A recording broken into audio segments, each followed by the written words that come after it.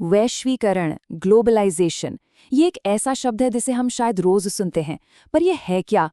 असल में ये एक ऐसी ताकत है जिसे हम सब महसूस तो करते हैं, लेकिन अक्सर ये समझ नहीं पाते कि ये हमारी जिंदगी को कितनी गहराई से बदल रही है।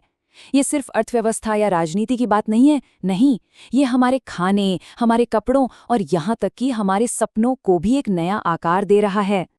तो फिर इतने बड़े कॉन्सेप्ट को समझे कैसे?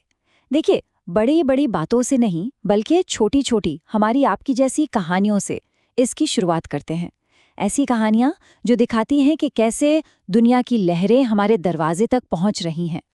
जैसे कि चलिए मिलते हैं जनार्दन से। जनार्दन एक कॉल सेंटर में काम करता है।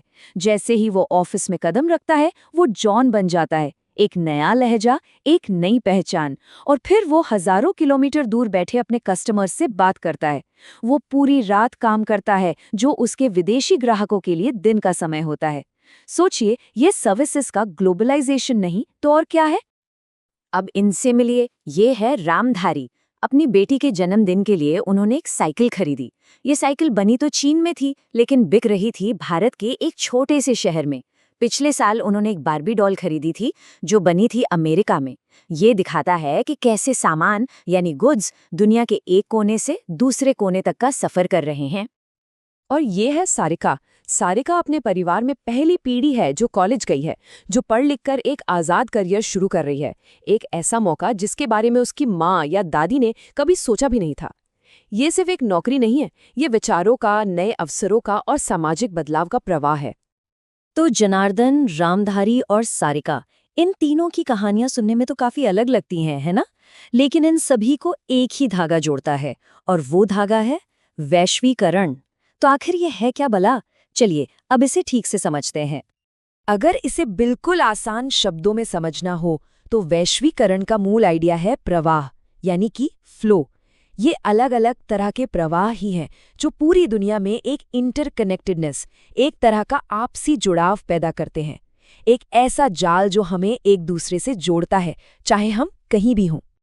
और ये प्रवाह, ये फ्लो, मोटे तौर पर 4 तरह का होता है।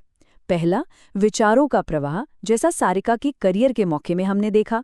दूसरा, पूंजी यानी पैसों का प्रवाह, जब एक देश की कंपनियां दूसरे देश में इन्वेस्ट करती हैं।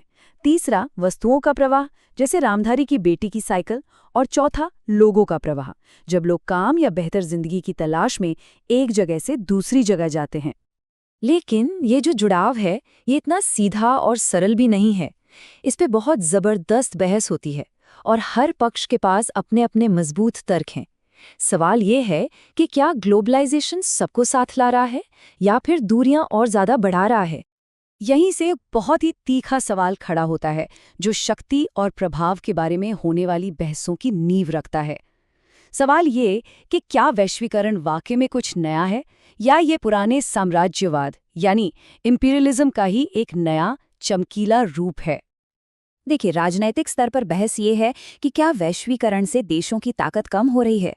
एक तरफ ये तर्क है कि बड़ी बड़ी मल्टीनेशनल कंपनियों के आने से सरकारें कमजोर हुई हैं, उनके फैसले लेने की ताकत घटी है।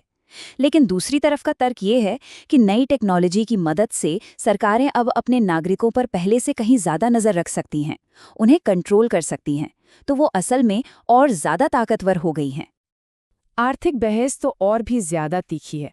जो लोग इसके पक्ष में हैं, वो कहते हैं कि इससे व्यापार बढ़ता है, देशों में समृद्धि आती है, सबके लिए नए मौके बनते हैं।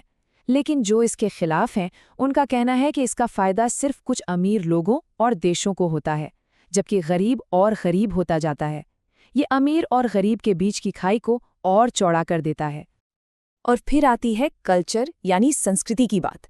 यहाँ एक बड़ा डर ये है कि पूरी दुनिया पर एक ही पश्चिमी, खासकर अमेरिकी संस्कृति हावी हो जाएगी।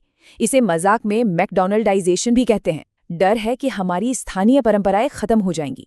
लेकिन इसका एक दूसरा पहलू भी है।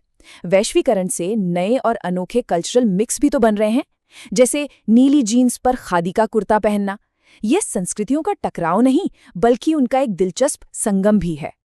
तो चलिए अब इन बड़ी बड़ी ग्लोबल बहसों को जमीन पर उतारते हैं और देखते हैं कि भारत के अनुभव में ये सब कैसा दिखता है। आखिर हमारे देश में इसकी कहानी क्या रही है? देखिए, आज़ादी के बाद भारत ने संरक्षणवाद की नीति अपनाई, मतलब अपनी अर्थव्यवस्था को बाहरी दुनिया के असर से बचाने की कोशिश की। इसका कुछ फायदा हुआ, लेकिन हमारी आर्थिक ग्रोथ की रफ्तार बहुत धीमी रही। फिर आया साल 1991। एक बड़े आर्थिक संकट के बाद भारत ने अपनी इकोनॉमी को दुनिया के लिए खोल दिया। आज सबसे बड़ी चुनौती यही है कि इस विकास का फायदा सिर्फ कुछ लोगों तक ही सीमित न रह जाए, बल्कि हर किसी तक पहुंचे। लेकिन ऐसा नहीं है कि वैश्वीकरण की इस लहर को सबने चुपचाप स्वीकार कर लिया है। नहीं, दुनिया भर में अलग अलग समूहों ने इसका जबरदस्त विरोध भी किया है। और ये विरोध कई तरफ से आता है। जो वामपंथी आलोचक हैं, उनका मानना है कि ये पूंजीवाद का ही एक रूप है जो असमानता को बढ़ाता है। वहीं जो दक्षिणपंथी आलोचक हैं, उन्हें डर है कि इससे राष्ट्र राज्य कमजोर हो जाएगा और हमारी पारंपरिक संस्कृति और मूल्य खत्म हो जाएंगे। आलोचकों के नज़रिए को ये एक लाइन बहुत अच्छे से बताती है। उनका मानना है कि ये जो आज का ग्लोबलाइजेशन है, जिसे अक्सर नव उदारवाद यानी नियो लिबरलिज्म कहते हैं, जिसमें फ्री मार्केट और सरकार के कम दखल पर जोर दिया जाता है, ये कोई नई चीज़ नहीं है। ये बस पुरानी शोषण करने वाली व्यवस्थाओं को ही एक नए पैकेट में पेश करने जैसा है। और सबसे दिलचस्प बात जानते हैं क्या है? कि वैश्वीकरण का ये विरोध भी अब वैश्वीकृत हो चुका है। वर्ल्ड सोशल फोरम जैसे बड़े बड़े प्लेटफॉर्म हैं जहां दुनिया भर के एक्टिविस्ट, मानवाधिकार समूह और पर्यावरणविद एक साथ आते हैं ताकि वे नव उदारवादी वैश्वीकरण का मिलकर विरोध कर सके। तो अंत में हम इसी एक सवाल पर आकर रुकते हैं। वैश्वीकरण हमें जोड़ रहा है, इसमें कोई शक नहीं, पर यह जुड़ाव हमें ले कहाँ जा रहा है? इसका आखिरी मकसद क्या है?